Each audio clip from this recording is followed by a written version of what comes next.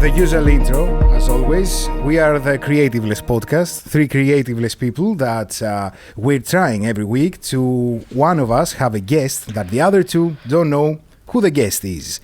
And guys, how was your week? It was great. Very, very busy. What about yourself? What about both of you? Tausif. Go, Emilio. Okay. Just what you're seeing behind me right now, just moved in yesterday into the new studio. So just assembling everything and getting everything together. Dude, I thought I could get this done real quick. Just assembling this desk and like all its peripherals took me a full day. I don't know what I'm doing. I love the Ducati. I love it. I want the Ducati to stay on the videos. Okay. It's a flex. It's a real flex. It's going to be here. It's going to be here. Yeah. We have Ducati. Yeah, it's a weird flexing, but yeah, it's okay. We get it. Yeah, the week was a little bit hard. The weather is very hard as well. It's going from sunny to winter, from winter to sunny. But what do you say? Let's start with questions of who is going to be today's guest. Mm-hmm. Who do we have? Do it. First of all, we have already two guests on the show, and you're both in Canada. The first two guests were in Canada, so I took the initiative to bring a guest that he's from Canada again. Just so you fit in. Just so you fit in. Yeah, because I have understand so far that one day I will be in Canada. Like the way you're getting there, right? I won't have any option. I won't have any option to go in Canada. We can only have Canadian guests from now on. Now, yeah, you know that's that, right? the rule. We can make that, right? The podcast. I believe you're everywhere. The creators from Canada are everywhere in YouTube, in all social media, cinematographers. You know, there was a phrase that was telling, we have a lot of snow in winter, so what else can we do? We make videos. There you go. That's a fair point. There you go. Okay, so this is the first hit. For the second hit, are you ready? Mm-hmm. This is for the audience. Yeah, the audio is...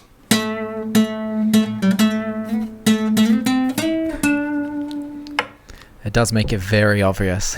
Yeah. Oh my God. I didn't even know who it was. Ladies and gentlemen, Gerald Undone himself in the show. He's the only person I would have expected to get it perfect. Oh, he's got it. He's got it. There we go. Yes, we can hear you. We got it. What's up, man? I'm not giving you my best mic. I'm giving you the mic over there so I can record with this one. I don't know what I'm doing. Okay, it's all running into a laptop. I don't know what's going on. It's How's it perfect. going? We can hear you. That's all that matters. Everything is going. How are you? How are things going? We see the new studio, the new backdrop on the back. Right, we have new theme, new everything. So how is being so far? How is this new year? How is everything YouTube related in first start? It's been going well. I don't really have any complaints. I get pretty obsessed about little details. So when I first moved, I was spending a lot of time on just like little things that probably don't matter far too long, trying to shift things like a couple millimeters this way and that way, and then I just kicked my tripod when I was setting up for this thing, so it doesn't really matter. I had like the shot perfectly symmetrical, and then as I was putting in a drive to shoot this podcast, I kicked the tripod. I was like, well, there that goes. That always happens. Always. Oh yeah. First of all, we want to say a huge thank you for giving the time to be on the podcast. Of course. And for the audience that doesn't know who you are, let's start with who is Gerald Undone? Am I answering that? Yes, who is Gerald Undone? I thought that's what I had you guys for. I'm a guy who makes YouTube videos on. I call it creative technology because it sounds more sophisticated than just saying cameras and stuff. But cameras, lenses, lights, microphones, I don't know. Whatever you would use to make videos and photos and stuff like that. I make videos on the stuff that goes into making the other stuff. I'm the middleman. I don't know. Yeah, One I think question. Gerald is being very, very, very humble here because... we're going to fix that. We're going to fix it later on. No worries. But one question that a lot of people I know wants the reveal of the truth is, what is the Undone? Like the origin of that? Yep. How did it become? Yeah, it's it's like a bunch of things all at once. I was looking earlier on in the channel. I was looking for a name. Obviously, that's what you do, right? Mm-hmm. I wanted a name that sounded like a name, like an actual, like my name is Gerald, but I wanted it to be like, not like, Hammer Reviews or whatever. I wanted it to be like a name. But I didn't want it to be like a real name. I wanted it to be a name that could mean some things, be like a fun, kind of playful idea. And my videos at that time were sketch comedy and just like absurd, surrealist nonsense videos. So I wanted something that kind of leaned into that of like, what's up with this guy? Is he crazy? Like that kind of idea. And so I was playing with a bunch of ideas.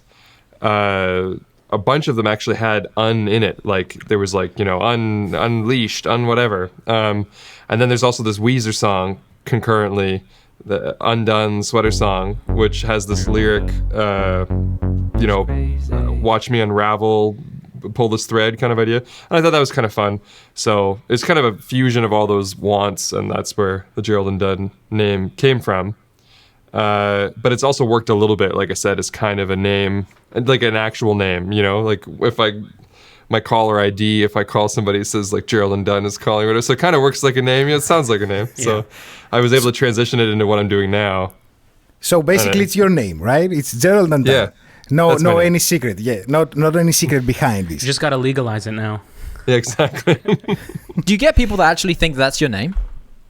Yeah. I mean, well, it's more of the opposite. People are like, that's not really your name, right? Like that's the kind of question. But you can tell there's doubt there. We're like, is it? Is it really his name? Yeah. I've never heard that surname before. So, Gerald, you already know from when you're posting videos or our reaction of the whole community of content creators that you are the first person, whenever we see a new camera, a new lens, you are the first person where we're heading into the channel to see, okay, we have, for example, a new Sony, a new Panasonic, a new Canon, a new lens. Let's go to Gerald.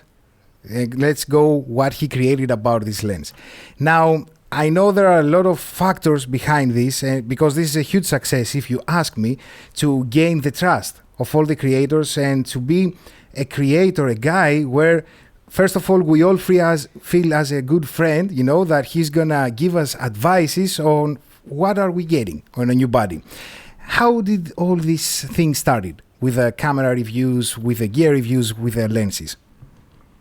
Well, first of all, thank you very much. That's very flattering to hear. So I had a YouTube channel making goofy stuff, right? And at the same time, there was a photography business and a little bit of video stuff going on the side that had nothing to do with the YouTube channel. But I was getting new gear or had access to stuff, or maybe there was something new that I was into. And so because the YouTube channel was basically just whatever I wanted it to be at a given moment, there'd be times where I would make like, hey, I got a new lens, just like I didn't have a direction for my content. Like one minute it'd be like some sketch, the next minute it'd be like a weird lens review. It's not really like a good review, but just kind of like, hey, I got a lens that does this.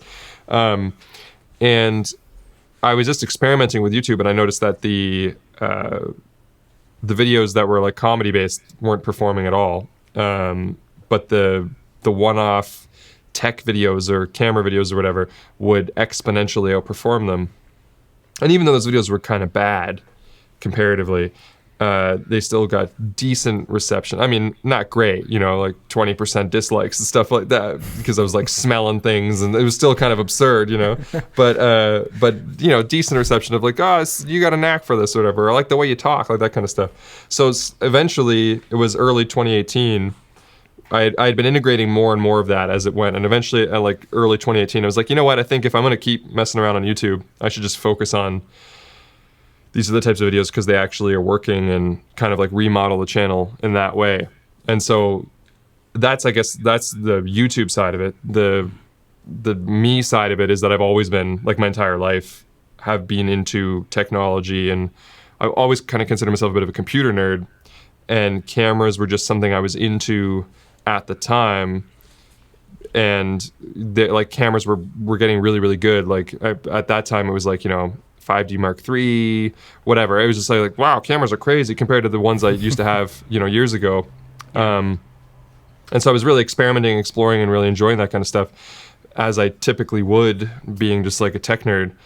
And eventually kind of just like poured into making YouTube videos. But it could have been anything, really. I mean, I could have just been obsessed with toasters at the time, and then that was my channel. I don't know. You know what I mean? Like pizza ovens. Yeah, exactly. Gerald, do you ever wish you could go back to like the comedy stuff, like put more of that into your videos? I mean, sometimes there's a little bit where I feel like I have a job to do. So, you know, if you guys watch my videos, you know, I put in a little bit of dry humor, and I'm a little bit silly from time to time. But for the most part, especially if it's like an important launch, I'm pretty serious about the video. And I guess I kind of feel like I have to be, because it's people's money on the line and it's important information, and I'm trying to provide a useful service.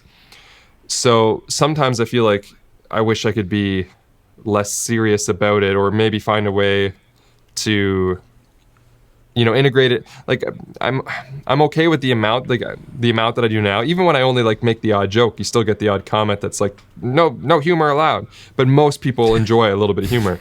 But I feel like if I went too hard into it, that might be a problem. Yeah, I'm curious. Like, let's say like you just took like a review or something, and then you just decided to vlog it and like just go outside and like just do something completely out of the cuff, right?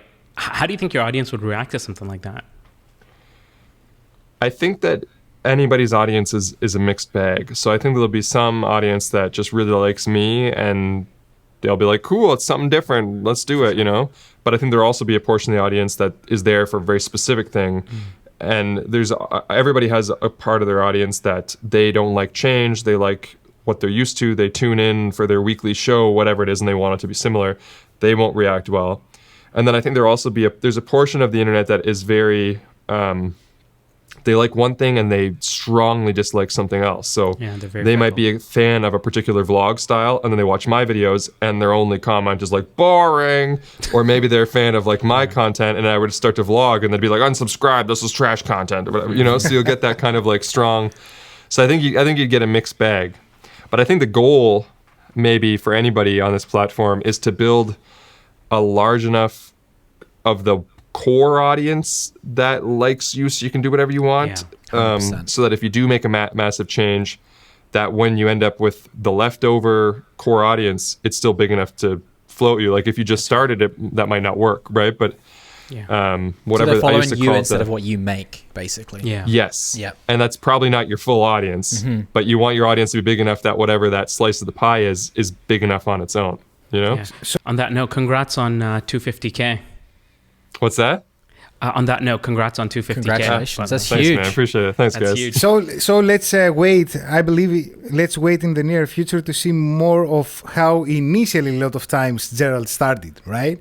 Now, because now you have a very strong core audience that I strongly believe something like we were discussing channels like Peter McKinnon, for example, that he started as a tutorial guy, then he started reviewing gear reviews and stuff like that. Now he does whatever he wants. So yeah, it's a great example. Perfect. And we definitely want to see more music from you. I have to say that you're playing great guitar, and not a second channel, inside the channel. Why YouTube has to be so hard? And this is a question that a lot of times comes in my head. Why YouTube has to be very strict on what you have to post in your channel once you made a specific niche? Why do you think this happens? I think it's based on behavior of people, probably. It's also easy for computationally. I think it's much easier for machine learning and that kind of thing to understand it. If you have a specific type of parcel that you can deliver and it's consistent, it's the same kind of thing, and then the YouTube machine can take that and disseminate it the way that it does. And if it gets a certain amount of engagement or a certain amount of, when we send it to these people, it works well, then if you can keep delivering similar parcels, they'll be able to deliver to the same people and get the same results, and it keeps the whole machine working well. But if you're doing something different, mixing it up all the time, and they keep trying to serve it to the people they served it to last time and it doesn't work for them, they have to keep guessing, and eventually they go, let's just go with something that's easier to figure out how to serve, Yeah. I think that's probably the fundamental reason. And so you on the other end as the creator, you're just seeing numbers, you're just seeing results, and 1 week something's doing well, 1 week something's not doing well. You asked me about 2021 so far. The thing that I've been happiest with is that I've had really consistent performance that has not only been good, but it's been better than it probably should be for a channel of my size. And things have been doing really well, you know, like 50, 60, 70,000 views on like every video I've posted week after week. And I've kind of dialed in on doing something very consistent in that way. Like, you know, late last year, I kind of figured out my thumbnail idea of what I was going to do. So I've just been doing that all year, doing similar titling all year, similar styles of videos and length and that kind of thing. And so the results are there, which kind of encourages you to be like, well, I guess keep doing that thing because it's working, you know, like whatever YouTube systems are doing, it's working. And it's obviously consistency is what that's based on, I think, you know. Gerald, I think what Tausif said at the beginning, I see a lot of humble when you're talking, because as I told you, you haven't realized that you're the first guy that we always go to see his videos on the new cameras. Like you're saying right now, I can understand the views, but and you're a very good example of the size of YouTube channels on a specific niche. That you see channel like you, that you have 250k subs, and your latest videos get like 100 or 150k views, given the audience. And that's because something is shareable, something that we see in all the publications. Gerald posted a new lens video. We're going to see it everywhere. In publications, in Twitter accounts of other creators. So this is a tremendous success. And I'm telling you, that's very kind of you to say. Thank you, man. Now, you mentioned something. You mentioned the thumbnails. What is the process? Because we talked about thumbnails on the very first episode of this podcast. Oh, did you? What is the process that you do on the thumbnails? So the strategy if you look over my videos, like it's only been maybe the last few months that it seems like there's a consistent thing. I've tried different things, including all the typical ideas. You know, you gotta get a face in there. You have to have a reaction face. You gotta put some text on. Like I've tried everything. And some things work and some things don't work. And I never understood really anything. It'd be like, well, I did the same thing. Why didn't it work? You know. So what I started doing, which was just an idea, it was, what if I shot a thumbnail the same way that I shot my video, so that it would almost kind of look like my video in a sense. The actual video. Yes. Yeah, yes. Because I have a recognizable. I noticed that people were like making purple memes and jokes all the time, right? So it's like I have a recognizable set. Why did you say that? Yeah, there you go. Exactly. Especially in the old set where it was just a purple wall, right? Yeah. So that's where I started it. I thought, well, if it's me sitting here, I have this table and I had a purple wall behind me. What if I just put the lens here on the table and the purple wall behind it and shot it? It would look a lot like you just subbed me out for the lens. And I slowly started developing that, you know, making them bigger and lighting them a certain way. And then I was like doing like some accent lighting on it, like the orange and purple accent lighting, and kind of build it up from there. And so then when I made this set, I actually kind of took this set, which was like an older set that I had, but then made this set look like the way I lit my thumbnails, even more so. So now it's kind of like it's all just kind of combining into one and now I shoot the thumbnails again here in the same set. Basically, it's an idea that I'm hoping that if you see one of my thumbnails, it's obvious you could almost see me. Yeah. You know what I mean? Like without me being in the thumbnail, you could see me somehow. So I don't have to figure out what face I'm going to make, and people can never complain that I'm making YouTuber face because I'm not in it, but somehow it looks like me somehow. And so I really leaned hard. I feel like I've kind of polished that up in the last 100%, couple months. Yeah, like when I see that on my feed, I know automatically it's your video. So I think it's working. It's true. No, you've done a great job of that. It's so obvious straight away that it's you. No one else just has that kind of like style. So yeah, congrats. That works. Honestly, it took a while to cultivate it. Mm-hmm. Yeah, for sure. It's just that table and the purple light. That's right there. It's like, you know, dead giveaway. You can never sell that table, Gerald. That's your table. The table has a fun story too. It was back around that like early 2018 thing. I was like, maybe I'll do some more of this camera gear stuff. I should get like I was sort of on trend at the time to do a lot of overhead shots on like a wood table. So I need to get some kind of wood table then. Then I had a buddy not too far away who does like a lot of bespoke, you know, everything, making furniture and metalworking and that kind of thing. And I asked him, you know, what he had. He's like, I got some walnut, you know, like actual like big slabs of walnut. And we can do it with like a live edge or whatever. And this was when the purple thing was still just starting. Like I just started kind of like integrating purple more and more into the channel. And he had this walnut that when he put the stain on it, it kind of like, there was like purple in it that kind of like came out of it, especially if you like lit it a certain way. So I was like, well, that's perfect. And so I was excited about it. And originally it was just sort of like an accent table, or like one that I used for just secondary shots. And then when I redid my set, I put it in the thing, and now now it's become like it's funny how things like that happen. Like things some things last, and some things get integrated and some things don't. You don't always know what it's going to be when you start out, which I guess is why experimentation is fun, because you never know what I guess is what's going to stick years later versus what was just something you tried once. Mm-hmm. You know, it's meant to be. Yeah, that's fair. So does it feel to yourself like, because obviously you have such a process in place now for making the videos, the content you put in the videos, the thumbnails, does it get repetitive now to the point where it just feels like a job for you? There's definitely some of that.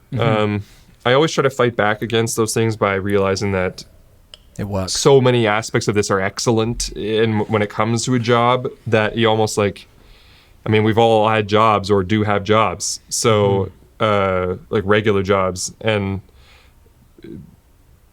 YouTube, as much as it can feel like a job, still has elements to it that it would be a disservice to people who work regular hard jobs to be like, oh, this feels like a job. It's like, does it though? Does it feel? Are you in your underwear right now? You know what I mean? Like, does it really feel like a job? You know, Wait, can you stop now, whenever you want? Stand up. Stand up, Gerald. No. I am wearing shorts in cold weather though, because I don't have to go outside if I don't want to. I could sleep in whenever I want, you know? Now we're going into a very big subject though, because a lot of people might say, come on, man, you create videos. Like, is this so hard job?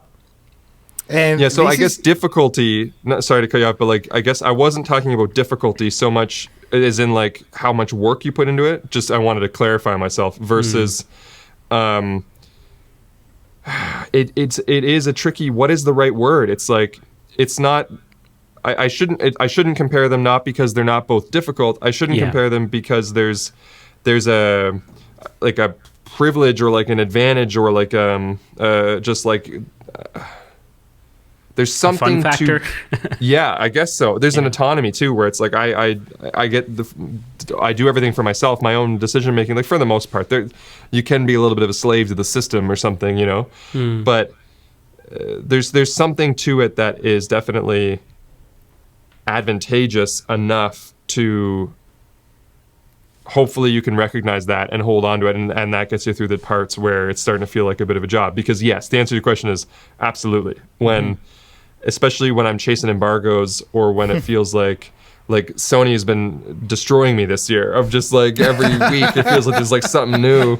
And like at one point, like making jokes, like, I mean, you know, and the Sony PR people are fantastic, and I like working with them and everything. But it was like, there was a couple periods where it's like, wait, do I work for Sony now? Like, it just feels like I got a box in the thing, and then I'm like, I better make a video on this date, you know? And it's like, wait, is this am I working? It's like, wait, this is I can do whatever I want, you know? Like, so there's a bit of that where it was like, oh, I got to get this up by Tuesday at 10 a.m. or I'm going to miss the embargo, and then what happens? I don't know. There's that whole kind of like, you know, so there's a job. But sorry, I cut you off there, Emilio. What were you saying then about the job part of it? That was exactly the point that I wanted to say, that people can understand when we see a video from Gerald, for example, that it's 40 minutes or 50 minutes. If you don't do that, if you don't try to create, because personally, me, and I was talking with Chris as well. I remember Chris was telling me, I'm creating a video for the lineup of lenses that I'm using, and I don't want to create a video again, right, Chris? For lenses. Like, it's so hard to organize everything, to film all the B-roll, to film all the A-roll, to do the tests, that for me personally, it's easier to say, and I was planning to do that. I did that on Instagram and Twitter. Like, I got the A7S3. You want to see if that good? Go to Gerald's video. Like, yeah, it's okay. Sure. I'm out. You know, I'm not going to try to do that for weeks or days, you know, to prepare everything that needs to be done for this video. Like, and that's the main question here. How is it the process of creating a video that we see generally on your channel? What is the process, you know, in the time that needs? And the anxious and all the other things that getting into consideration when you're making a video like that. For like a bot, like I say, so I would say video, like a new body. Like how much time would that take? Yeah, what's your process? Because that's a good thing, because it obviously depends on what the video is. You know, like a cinema camera probably is like the high end of time and everything. Unless I'm doing like several lenses compared, those can be big as well. But yeah, so the research part does take a while. It's tough because if there's a clock put on me because of sometimes you get something and they're like, here's the camera, we're announcing in 4 days. Well, then it takes me 4 days to make a video, But if it's one of those things like where I have extra time with it, I usually like to take a while to just kind of like get a feel for it and write things down as they come to me of like, hey, that's weird, and and then explore it further. But I would say if I had like a realistic deadline and I wanted to give somebody like, they're like, how fast can you make this reasonably? I would say that I'd love like a week to test, research, make notes, then test again, and so on. I'd like a week for that, but I could do 4 or 5 days if I put in long days and if weather was permitting and that kind of thing. And then probably I would take a full day to then write the outline of the script and also maybe do some supplementary stuff related to the test, because I normally do everything twice. I'll do kind of like tests where I don't know what I'm testing really. I'm just pointing it at things and seeing what's going on. And then when I observe something, then I might recreate that test more practically for the audience to communicate the message, where it's like a much more concise test versus just like random stuff I was doing. So I need like a day to kind of like script and redo the tests with structure and then actually record the results. And then it takes me about a day. The noise is getting kind of loud now outside. Maybe I'll send you some B-roll of like it's okay. Of one of those tractors so you can show the sound. we can show that they're doing. We can show what, and also, ladies and gentlemen, this is what you just heard. This is why companies send products and say, come on, you can have a video in 1 week. It's not a big deal. You can have a video in 5 days. This is the exact reason. He's saying that all these masterpieces, he creates them in 5 days or 7 days and 1 day to shoot. Like, come on, Gerald.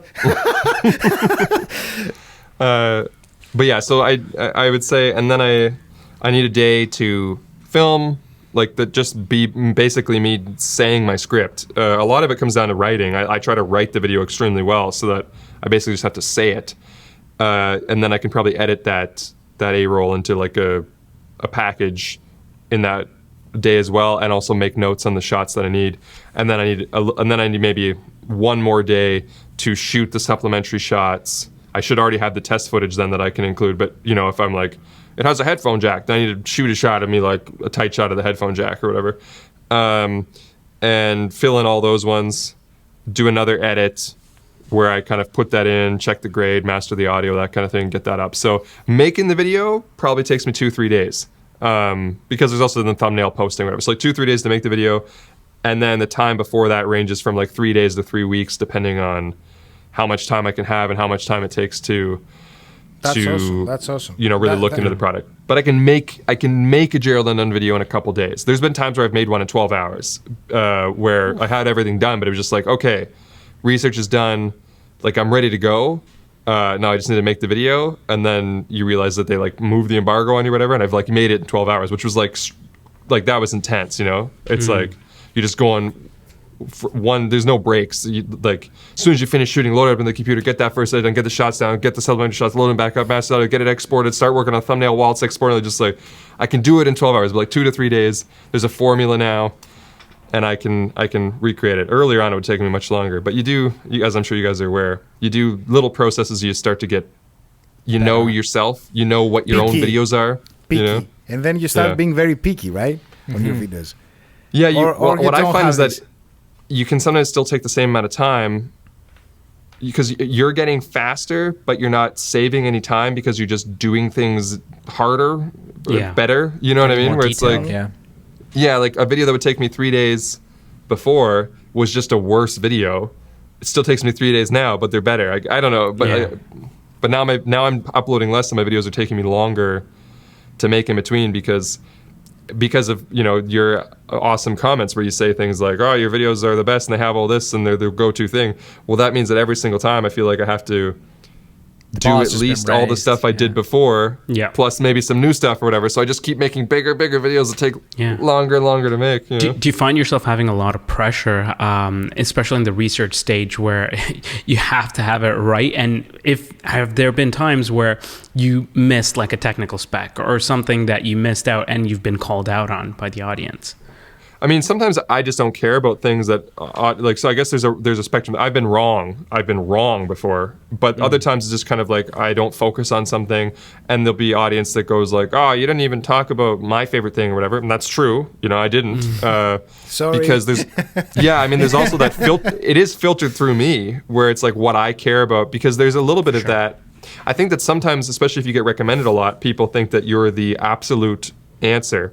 I still am more like a movie critic, where it's like it's my taste as well. So I try to be objective and I try to provide a lot of information, but there's things that I value more than other things and things that I care about. And I find that if you watch my videos, say 4 or 5 times, and you're like, he's never talking about the things I care about. Well, I'm not your critic. You know, I'm not for you. You wouldn't take my movie recommendations if every single time I recommended a movie you hated it. So you'd move on to another critic that nails it for you, right?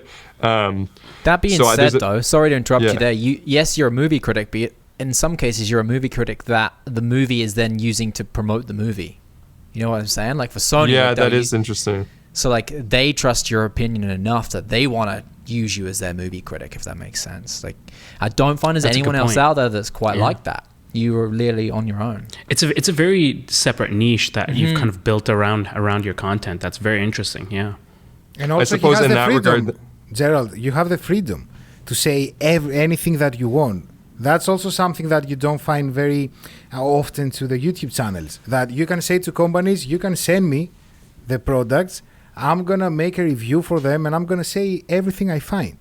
I'm not going to say, okay, let's say that Canon does not overheat. Let's say that, you're very honest to the videos that you create. And I believe that's something that the audience sees as well on your videos. And if you're not doing sponsored videos, it's not too hard. For the most part, most of the companies I've worked with, especially like the big camera brands, there might be like some small companies that make parts that they have like, we only want this kind of thing, and then I just don't even bother with it. It's like I could just buy that on Amazon and say what I want. I'm not going to tarnish reputation for your $30 whatever little trinket, But like the big brands, Canon, Sony, Panasonic, whatever, for the most part, they don't really care. Like they're like, do what you got to do. Hopefully that's based on building a reputation or something. But like I've had where even when I, go in pretty hard on a product, that they send the next one, and then maybe the next one's great. And then it just, it goes like that.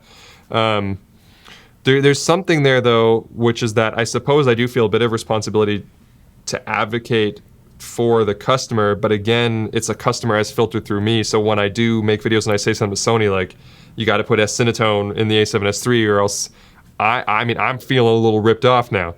That's me trying to advocate for somebody who, maybe feels the same way as me. Now I'm kind of a voice for that. But if you're somebody, there might be somebody who feels that they're missing that, where they're like, oh, I wish that these are things that are important to me and Gerald never talks about them, so I'm not really advocating for that person, even though, like you said, I guess I have a special position there. So maybe that's something where the criticism is more valid than just a movie critic thing, where it's like, find the right critic. It's like, I wish that Gerald was advocating for my niche thing that I want as well. I don't know. But to answer your question as well, I have been wrong before, where not so much like I missed something, but more of where I sometimes I make up idea, or like I have theories. It's like, here's something that's been going on. I don't know what is going on, and you don't get clear answers from the company because they're not going to tell you how certain things work. But you're like, here's my theory based on, and I show my evidence and I come up with a conclusion. And like I've been ISO wrong on about the that. A7S III. Dual ISO. The dual ISO. Yeah, the problem with the dual ISO. That I'm not wrong about. Anybody that says it's not dual ISO is incorrect. There's people have made videos where like, Gerald's wrong, it's noise. It's not noise reduction. It's Sony's had dual native ISO sensors for years, and people just never looked, and now people are going back and looking at their A7 III, and you can flick through the ISO range and S-Log and see it clean up. It's been there for a long time. People just want to disprove me on that one. But then the FX6 and FX3 and stuff like that exist, and it kind of just validated what I was saying. It's like, it's the same sensor, but it's not the same sensor. It's the same. Get out of here. It's the same sensor. They all have dual native. I think what it is that probably, this is me theorizing. This part's pure theory. But I think maybe Sony has a standard for them to call it dual native ISO, and maybe it has to do with an aspect of the fact that they're also sensor provider for other companies. So there's probably some legality there where you can't just go throwing labels on things that you don't let other companies throw labels on and using the same sensor and that kind of thing. So maybe for like their FX line, like FX9, FX6, I feel like with the FX6 they call it dual native. Maybe they didn't. Maybe I'm wrong about that. But let's say that they did. I feel like it has to reach a certain threshold. Like maybe the dynamic range or the noise performance or whatever has to be within a certain percentage for them to say, okay, this is actually dual native sensor. And maybe even if they do have separate gain staging, but the disparity is a little bit greater, then it doesn't get that designation, so they don't officially call it that. And then that way, if Panasonic or Nikon or whatever buys that sensor, they also don't call it dual native ISO because Sony's not calling it that either. There's no weird competition where one brand calls it one and one doesn't, and then that brand seems more appealing. I think there's some politics there based on Sony being a sensor provider. That's all theory. I'm just making all this up. I'm making it up. But I don't have any. Those theories are good to have though, because it gives people a sense of an understanding around it, right? At least like for me, like an outsider's point of view, like I take that theory and like, oh, it kind of makes sense. Whereas before, I wouldn't really know why I'd do that. But this is something where if this was my own video, somebody in the comments could then be like, having worked for Sony for 15 years, I can tell you you're full of crap. It's like, well, there you go. I guess I'm wrong. And I'll often pin that comment because the ISO is not a good example, but there is a good example. I left a video up as a case study, but I made a video a couple of years ago where I couldn't figure out why when I was recording externally from my Sony to the Atomos, why the S-Log looked different. One was contrastier than the other one. And my first instinct would be there was the external recorder, but I was able to fix it on the Sony camera by starting in a different gamma, like say Cine, and then switching to S-Log. Then it would match the external recorder. So it made me think that there's some kind of like signaling issue in the Sony where it doesn't realize when it's an S-Log, it's not, but because the fact that I could manipulate it. And then Alistair Chapman went on a little heater there and was like, he like wrote a whole blog post because I guess he was getting a lot of questions from people being like, what's going on with this video? Is there a problem with my Sony camera? And it turns out it's like a long issue that he's been battling for years that he knew about, where it's like a data levels versus video levels going to external recorders. But the reason why the camera was weird is that depending on the gamma you put the camera on, it actually sends different, like whether it sends full or legal range. And I didn't realize that depending on which one it sends to the recorder either accepts it correctly or doesn't. It has to do with ProRes and license. It's a whole big mess.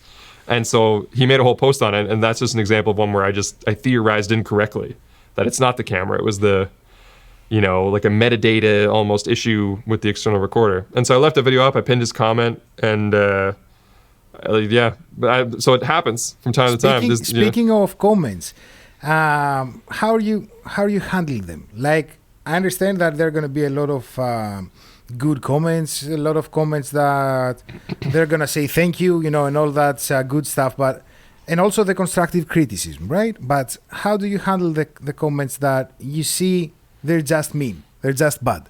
How are you handling this if you see that on the channel? What am I doing, or like how am I emotionally handling it? Both. How are you handling it emotionally? I think like anybody else, I'd love to not care. I think it depends. Everybody's got their own little triggers, right? Just spin on my computer. For some people, it's probably different things. For me, I don't care if somebody comments, "You're ugly, I hate you," whatever. It's like, okay, well, that's fine, But there's certain things where that do bug me, and maybe they eat at you a little bit. Where like I don't like being called. I don't like when people call me like a sellout or fanboy or shill or whatever, because like I've tried so hard for so many videos for so long to like remain objective and constant, and it's like you watch 2 videos on Sony and now you think I'm owned by Sony or whatever, where it's like I have videos being like, this is the greatest camera ever, and it's like a Canon camera or whatever, and I shot all those videos on Blackmagic. Like, this doesn't make any sense, right? But so those ones get to me, and then I always want to like have to argue back and stuff like that, versus other comments who don't care. And I'm sure for other people it's different. As far as how I moderate them, I would say have tiers. If the comment is just like on the surface, objectively racist or sexist or something like that, it just goes, and they get hide user from channel, report, whatever, then they're gone, and that's that. Then there's kind of a gray area where sometimes I can't tell if it's a English as a second language thing or if they're just being an ass. Like, I don't really know exactly what's going on. So if it seems that it's possible, then I might just honestly reply and be like, what? You know, like, and then give them a chance to like clarify. Or what I'll do is I'll have them in like a holding pattern where I think to myself, like, I'm gonna keep an eye on that bozo. And periodically, so if I do say I got a weird comment today that I thought, is this guy just being rude, like, you know, to no thing, I'll search their username and comment history. And if there's like 4 of those, I'll be like, okay, I see what's going on here. And then they get the same, it's time, you know, block and delete treatment. But if it's just, you know, something like, not a big fan of the way you went about that, okay, whatever. I feel like it depends on just whether or not you're adding in stuff to be like, I don't know, I want to not use colorful language. If you're being a very impolite, rude person, you can say if you're being a dick. Feel free. Feel free. Yeah. I don't like comments that start off like, you know, you guys probably all know what I'm talking about, where it's like, have to say it, but, you know, like some kind of like that kind of attitude, or where it's like, sorry, but no, I already know whatever's about to follow here is just being a dick. Because like there was, you know, I got a comment recently that I almost wanted to share because it's so good. It's a perfect example of what to do. And it was like, you know, really enjoyed the video. One thing, if I may request, is you think you could try adding in some, you know, isolated corner tests and this and that kind of thing? And it was like, yeah, cool. It was like you made the compliment sandwich thing, and in there you asked for something that I could add into the video. So I'm very like, yeah, if it's helpful to you, for sure. Versus, video sucks, you didn't even do corner tests, learn how to read or whatever, something like that. You know, you're like, okay, like, there's a nice way to do everything. Yeah, exactly. The other one that I do not do well with is if people go and reply to all the other comments. Like, if somebody likes my video and then they'll go and be like, why do you like the video? You suck. And just like berate all the other commenters, they immediately, nobody's got time for that. Just like, trolling. Don't crap on other positivity. Like, so that I just dumped that. You can say what you want to me, but you can't to the audience. You can't crap on my other commenters. Yeah, exactly. I don't tolerate that too well. You know, the thing that frustrates me the most with YouTube is that on our niche, because it's a niche that I don't think we have so many haters like other YouTube channels, you know, more trendy Mr. Beast kind of channels. So we're a very targeted, very small niche. And I love, first of all, that we as creators, we're all very friendly with each other. We support the videos and everything. So whenever I see negativity, even the dislike button, right? I'm saying to myself, wait a minute. You saw something that you didn't like, okay? Just pass on. Don't ever watch the video. Don't subscribe. Don't comment. Don't like. Don't do anything. Why spread negativity? So this is something that I never understood on YouTube. Why someone would go and watch a channel to say, you suck, man. Your video sucks. Like, what do you gain, right? Even with the dislike button, I have a pretty strict line on my use of the dislike button. It's like, if I feel like the content is harmful or bad or misleading or whatever, then I might use the dislike button. But anything on the other side of that, I just move on to the next video. Like, you have to be able to tell, is this objectively bad, or do I just not like it? And I guess dislike, the problem with dislike is that it could mean both. It could mean like, I didn't find the video entertaining.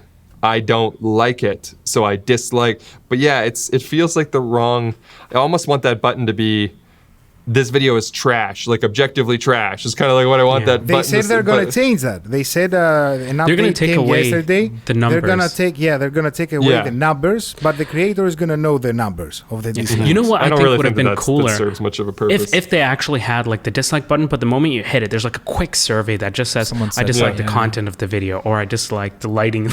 I don't know, but like just like a quick survey. And if you choose like 80% of the options, it doesn't count your dislike, because most of them are just like, I didn't like his tone of voice or whatever, and so you choose that, and then just goes, your dislike does not qualify. Or valid. It's valid. Exactly. And now, you can't redo it. You want to give another reason? No, you already said spite. And they like, don't let you do it again. That's so good. It'd be nice if we had the option just to turn those, like you have a list of options you can do and you just turn them on when you want to use them. Like that would be a really great one to use, I think. Like to have dislike with a comment. You just get so much information from that. I don't know why they wouldn't add it. Like they give us so many other tools for how to improve. This is doing well. This isn't doing well. Like that's such a simple one to add. It just seems strange that it's they like don't directly from the consumer who's consuming your video, right? You see, YouTube feedback says that it's a useful piece of information, but I actually don't find it useful, and I'll tell you why. If I look at my last like 10 videos, they all have very similar like to dislike ratios of anywhere from like 98.2 to 98.8 like percentage. Normally my average I think is like 98.5, 98.6. So is it all the same people that are disliking it, or is it rotating through? So it's like when I talk about Sony, I get 1.4% dislikes from Canon users. Like I don't know, and it doesn't mean anything to me, and it's always the same, where it's just like, I guess all my videos have 1.5% disliked. So what am I going to do with that information? It's not like I get to see like, oh, I should do something different in the next video so that I get 1.5% dislikes again. Like what am I going to do? It's not helpful. But maybe to people who are experimenting more, they could consider it feedback for their channel, you know, like maybe, I don't know. It's tough to say, right? It's probably the same people. Like you have the people that are subscribed to you, and as soon as you post a video, they just dislike it. Like I swear there's those people are out there. So yeah, but you're right. Like not thinking about it is a good thing. Gerald, a lot of creators, we've seen that they are starting creating new products, right? So besides presets, effects, or anything on the tutorial and artistic side of things, we recently saw products. Josh, exactly. Yeah. The marble, right? The orbit. Yeah. And something that I want to tell you, because you saved me a lot of times in the set. Why haven't you created a product of the white balance? I would buy it right away, like the Gerald white balance gray that you have right now on your right hand wrist. Oh, that's what that is. Oh my god. Okay, Tausif doesn't know about it. Please tell us. And also for people who listen to the podcast, just know we have a video version as well on YouTube. You can understand right now. Hop on YouTube to see what Gerald is gonna say. Yeah, I mean, it didn't start out like that. I guess like I made a video about how white balance is important, and compared different things like RAW and JPEG and videos of different bit depths and that kind of thing. And I was explaining that even if you don't have a white balance card, just having something that's relatively neutral gray can be handy. And at that point I was doing a lot of overhead shots. And so I was like, I have a neutral gray shoelace that I have just tied to my wrist. And in the video, I was showing that you could just drop around my shoelace and it like was fixing the white balance in the videos. And so it was like my white balance bracelet, basically, that like whenever I'm doing like an unboxing, I have like a white balance source. But then it just kind of became something I wear all the time now. It's probably not as neutral gray anymore. It's probably all gross and sweaty. I gave you the idea. Chris, are you listening to this? Yeah. I gave you the idea. I gave you the idea, like the NBA players that they have the bracelets. How do you call them? Gerald, like a sweatband. Yeah. Gerald Undone in neutral gray. Please do it. So, guys, you know what's funny? Tomorrow. So Tausif will tell you right now. We've been. Go on, you tell it. You fill him in. Oh no, man. Now it just seems like now we can't do it. Yeah, now we can't do it. No. But like, so I guess a bunch of people are on the same wavelength. But I thought of that as well. I never knew that's what you were doing, and I didn't notice that on your wrist. You didn't tell me anything. But I was like, you know what? Like, so Chris and I were talking, and we're like, yo, we should make like a few products or something like that. And this was one of the products that I was like, dude, you know what would be sick if we came up with like a leather or like some sort of like fabric, like wristband or something that's like neutral gray, and that way, people don't have to carry like $200 like color checkers for like just YouTube videos, and they can just flash their wrist, right? And you see, Gerald, they didn't tell me anything, because if they tell me and they call themselves friends, I would cancel them right away. I would say, dude, 3 years ago, Gerald, 3 years ago, he said that he had a ponytail back then. I got $1 million idea for you then. You should make lens caps that are spectrally neutral. So that when you set up the shot and you take the lens cap off, you can just like hold it Dude, that's and then brilliant. like put it down or whatever. Okay. Obviously, you'd have to like Gerald's getting third-party- royalties. Yeah. Gerald's getting royalties from this. Add that to the list. Just get ready when Gerald decides to make product, what he's gonna do. Just get ready. This conversation's come up a lot recently. People keep asking me like whether it's like, do you have a digital product or you should make a physical product or whatever. And I think I'm gonna think hard about it in April, let's say, because I want to, but I've always struggled with just kind of like, I don't know what it would be, you know? I have this part of me that has this like I could probably sell technical LUTs and make a bunch of them, but then I've also always been like, I'm trying to make things without paywalls, and I've provided so many things for free and stuff like that it's been like difficult for me to understand where I want to set the line on a product or not. And so I want to make some kind of product, but I don't know what it is. I should get a think tank, like not the brand. I was like, I should hire a think tank to come up pitch product ideas at me. Like, I like that, you know.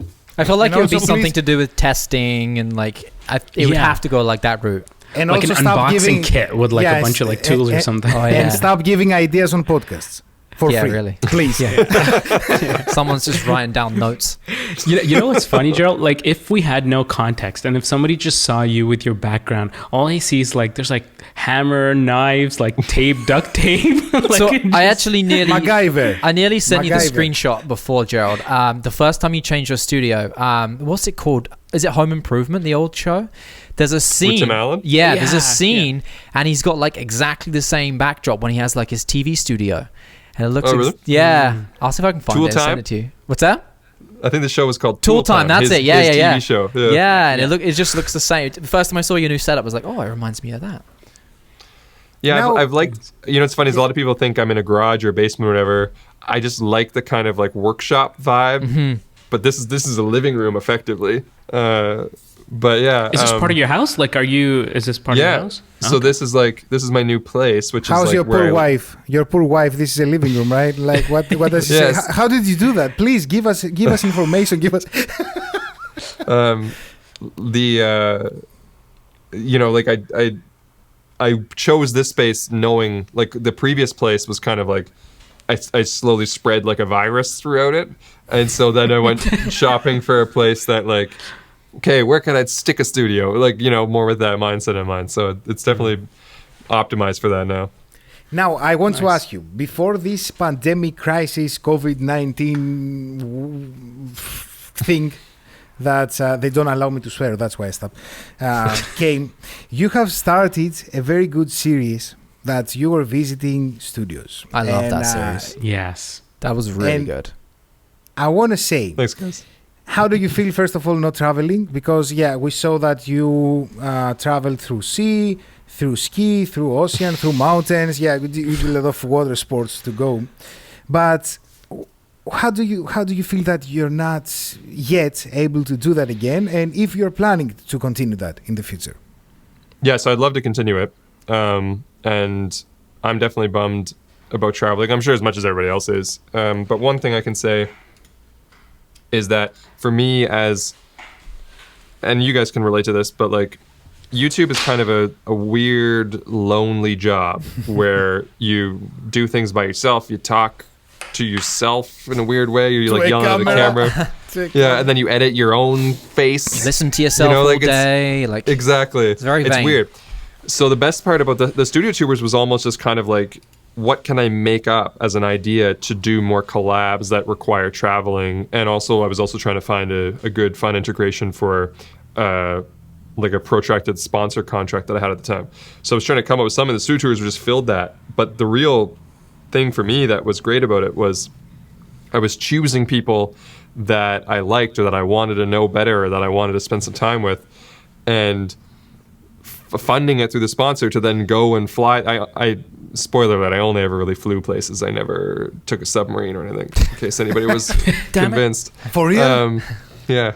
So I get to fly places to like hang out with, Faruk from iPhone Dough or Tyler Stallman or Josh or Potato Jet or whatever, and like spend time and just kind of like hang out and talk YouTube and, go out to dinner and then like talk shop and like relate and that kind of thing. That stuff's great. And I think it's really healthy for this type of profession where you can be kind of isolated. So then COVID is basically an exercise in isolation, which we're all good at when it comes to we can produce in isolation, which is fantastic, but it limits the only outlets really for making any kind of connection interactions, there, And that was the main idea of this podcast as well, because when we were talking about it, and this whole podcast was created in 48 hours, that like we were saying, we should make a podcast, right? And we should connect with other creators in our space, in the YouTube creator space. And when we started this, we realized that the connection, which is not very easy now with the COVID, it's very easy via internet, via this kind of interaction, that we missed a lot being alone, as you said, creating videos for our channels and being these lonely, weird dudes, exactly as you said, that we edit ourselves. That's not very easy for mentally health. Yeah. Gerald, so I definitely want to get back into just for that alone. Keep connecting with people who you can relate to. The best thing about them is that normally you make friends just from like who you're around or whoever you went to school with, that kind of thing. But the best part about the studio tours is it's been a great way to meet people that are great friends for the reasons where you like choose them, because it's like you connect on so many things, and I'd like to definitely be able to get back to doing that, What happened with the one with Pete? Because you were there for a bit, weren't you? Like you teased it and then it never happened. Yeah, like that was kind of like, if it's somebody who I hadn't met before in person, which would be the case for Peter McKinnon, we'd never met. So it was like, well, let's hang out and, just get to know each other, so that when we scheduled the studio tour, it would be a little bit more natural, whatever. So we did that, but then, the pandemic and everything. And then obviously Pete himself is very busy. And he was in the middle of a whole studio. He's constantly in a whole studio thing himself. We're just changing everything. Every month. And I haven't really pushed to reschedule with him since then, because I got bogged down in the last couple quarters of camera release stuff. But I'm in that zone now where I'm thinking of like, but then there's a bit of like awkwardness about the pandemic where you don't really want to like test other it's an awkward conversation to have, and you're like, how do you feel about it? And then so it's a whole thing. So I'm kind of just like blah, blah, blah. Exactly. Just kind of saving it for later. So do you have a list of like people like you're ready to like go to, like fly to the States and start traveling around again, like as soon as it's lifted? Yeah, like I mean, there's some conversations at play that are like, we should get this going, right away. Like probably one of the more prominent recent ones would be Peter Lindgren.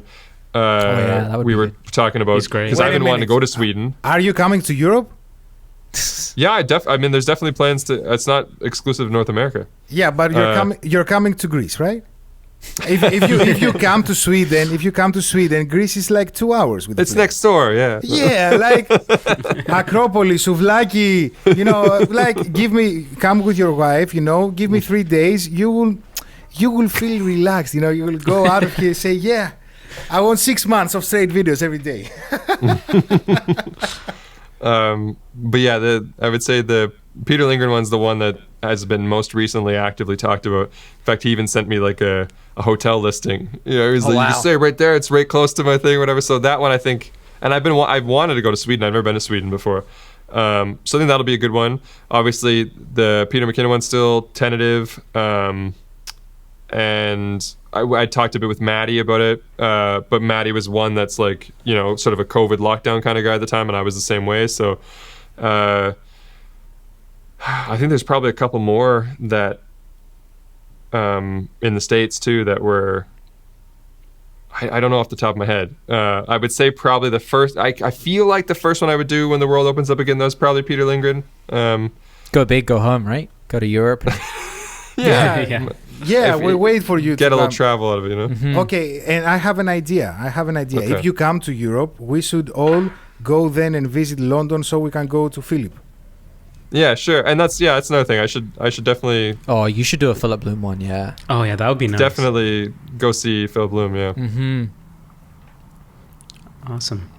Yeah, dude, I've been actually wanting to ask you, where do you get your sound panels from? Because I need to like sound panel this place up. No free advices. No free advice. Sorry, Tausif, no. You should buy my course on sound panels. $39.99 only. Link That's in the next product. So right now I'm doing 3 things. I had actually made some like custom acoustic panels that, there's your product. Effectively, they only cost me like 20, and they're actually neutral grade too. You can kind of see, well, not really, but there's an edge of one in the shot here. But they're okay. They cost me like $20-25 to make. They're fine. They're a little bit janky and that kind of thing, but they're fine. And then I have a video on my channel that you can check out where I compare those ones to ones that were made by somebody who makes them well. And I got a slew of them from him. And, there's more premium, like little beveled edges and better fabric and that kind of thing. And then more recently, when I moved into this space, because if you look at my studio tour or my updated studio thing, I put them all on the ceiling. Right? Yeah, exactly. Yeah. But there was still it's pretty cavernous, this space. So there was still a bit of like extra reverb and that kind of thing, or echo. So now in addition to those things, I'm also running some sound blankets now that I ordered from Vocal Booth to Go. And I've got them on rolly stands, and I have them folded in half, so they're like double thick. So I think they're 4 feet. I think they're 8 feet folded in half, so like a double thick 4 feet that go almost floor to ceiling. I've got one there and one there, and they substantially cut down on the echo. So I would say now going backwards, I would argue that maybe the first treatment that I would suggest for somebody is to start with sound blankets. Because if you're not sure on your space, then sound blankets are versatile versus like treating a space. You could move the blankets in or whatever. And if you can put them on like a rolly stand or something, then they're actually really convenient and you can just kind of like... That's a good point. Or get a plugin, Tausif. Get a plugin. Come on, man. I do. Before I had these, I was using like Deverb from RX. Exactly. Which helped. Sound blankets are better. I could tell you for sure they're better. it's this kind of voice like here. There's a little bit of like Anything specific that we should wait in the future of the channel, like the current month, the month of April? February. April. Yeah, where are you? I said the month of April. Come on, okay. English is not my native language. The month of April. Okay. Yeah, English is not like February. Yeah, it's not my native language, but it's not that bad, right? Is it that bad? No, that's the first time where I completely took it to mean something else. Thank you for your kind words. Thank you. Next video, actually I'm shooting later today. I'm going to be shooting like a kind of interviewee video with Jordan Drake on Blackmagic Raw for the Panasonic S1H. We're just going to have like a chat about it. Maybe that'll be a video, just a conversation, loaded with a bunch of samples and that kind of thing. So basically that's what I'm working on now. I've got the Nikon Z6 II and the Panasonic S1H and some Blackmagic recorders like the Video Assists, and I'm just playing around with Blackmagic Raw on third-party cameras. And I'm going to be C-roll. Yeah, exactly. Like I said, I'll send you some of that so that if ever it is noisy, you can just like cut away to construction, actual shots I have of construction. That's what Philip Bloom taught me, that always show the sound. So it'll be funny. But yeah, I don't actually have any like embargo. Not like I'd tell you anyway, but truthfully, I always feel comfortable telling people when I don't have anything, otherwise I have to be like, there might be something, but no.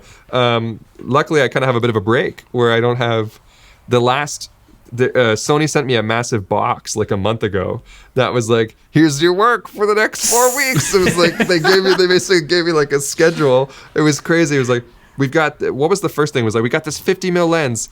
You could talk about it on March 6th. And then we've got there was a camera. the A1, and then the 3 lenses. A1. Yeah, and then there was FX3 and FX3. There was also something else. Oh, they also sent me the microphones. I didn't even get a chance to look at those. See, yeah. And then and then the 3 lenses. Yeah, and they were all like 1 week apart. It was like every Tuesday they had an embargo thing. So I was basically just working my way through that box and like a couple other ones. And so So they I'm almost done. They seem to listen to you. So boxes. you got to tell them in one of your next videos just to start spreading out their releases a little bit. Then. I mean, I assume they probably have a team of people that figured those things out. And just know if you have a break in Europe, we are lifting the restrictions in the border. You know, I'm just saying. Gerald, I question appreciate for you. the invitation. 2 cameras, 2 lenses. What do you go with? Let's see. Are they working together? Like I'm using 2 cameras? Yeah. If you could select 2 cameras and 2 lenses to keep with you as yours personally for like everything, what would you go with? Any budget? Any budget. No, actually, wait. Should we make it harder? Because well, I can tell you my any budget just to give it an easy answer. I would choose 2 A1s. Because I've learned from using it that like you can just do whatever the hell I need to do with it if I want to do photos or video or whatever. And I'd probably have, I guess, like a 70-200 and a 24-70. I know that's kind of like lazy, but I mean, if I can only have 2 lenses, I think I'd have Sigma those 2. Sony. Sigma or Sony 24-70. Well, I'd take the Sigma 24-70 and then See, there currently... you go. There you go again. Okay, I'm getting it. I'm buying it. Okay, I will make the order next month, on February next month. I'm hoping for a Sigma 70-200 of the same caliber. I want like a 70-200 of the 24-70 to give that option for against the G Master of the 70-200. But in the meantime, it'd be the G Master 70-200 and then the Sigma 24-70 and 2 A1s. I guess is what I would pick. Yeah, I guess you probably use it with a external monitor all the time anyway. So if you want to see yourself and stuff like that, then I never even considered that they didn't have the flippy screen. But it would be good, I guess, because I actually like that screen for. Actually, I hate all screens for everything. For like for photos, it's like sometimes I like having just the screen that. The only screen that's good is the S1H screen. That's the only good screen on any camera, but it's ridiculously chunky. But it's the only one where I feel like that screen is never going to pose any problems, you know? But other than that, there's always one where it's like, that's really good for this thing, but then you're trying to get a portrait photo low. So true. And then the screen's only flipping out, and you're like, what the hell? You can't sit. I'm not going to lay on the ground and use the viewfinder, so you ever just wing it? You just like hold focus and press like a bunch of shutter. You're like, one of these will be good, you know? Like, I don't know. I'm not 16 years old, right?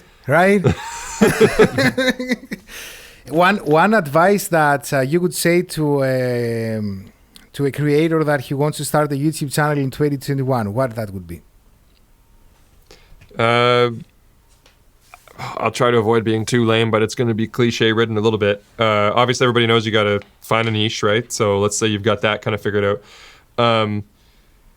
It's for me. It's always it's this passion thing. I feel like people are attracted to passion, so you can use it on both ends of the process. One, if you're not sure what to make your channel on, I always say there's like an experiment where everybody has that thing where when they're having a conversation at like a dinner party or whatever, that they used to talk about way too much and weird things that people would roll their eyes at. Now they've had to learn they're not supposed to talk about dinosaurs too much anymore because it's weird of how much they talk about dinosaurs, right? That's your thing. That's what you make the YouTube channel on. The thing that people told you, okay, Stop. easy.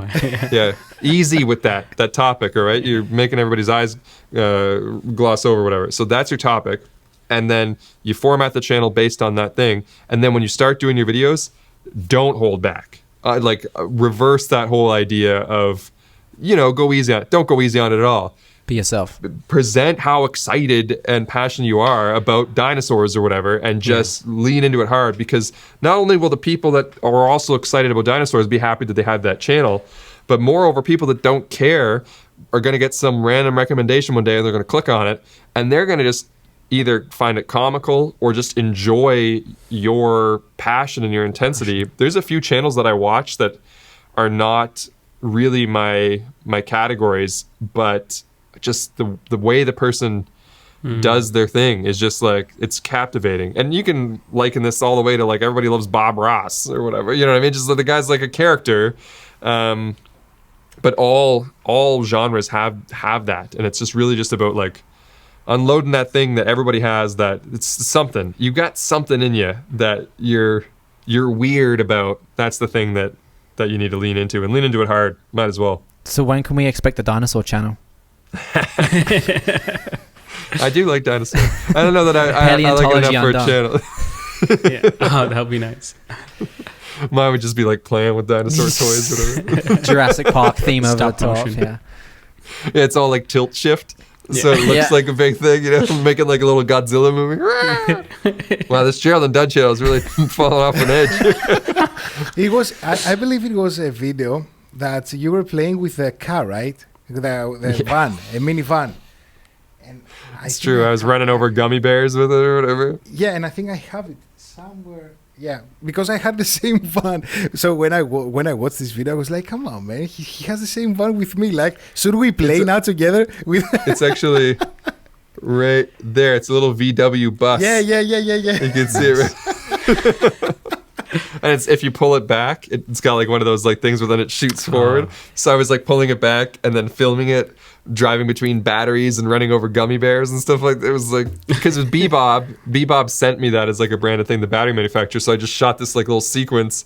They sent me packs of gummy bears and batteries and that VW bus. So I just used all this stuff together to like make a little action sequence. It was ridiculous. I feel like that we could continue talking for many hours, but I want to say a huge thank you, first of all, for all the time that you devoted to us for this podcast. Thank you. And I want to say a huge thank you for all of the videos and the stuff, again, as I started, that you created for this community of content creators, because I want you to know you helped a lot of people with their decisions. And this is something that I will speak, behalf of all the content creators. Thank you for all the work that you're putting on your videos, and of course for being here, Gerald. Thanks so much. That's really kind. I really appreciate it. Thanks for having me on. Thank you, Gerald. Yeah. Thank you so much. Hopefully, sometime in the near future, we can probably meet up somewhere here in Canada. But talk about dinosaurs. We need to talk about dinosaurs. Like dinosaur meetup. Yeah. Have a wonderful day. Have a wonderful day. Thanks. You guys too. See ya.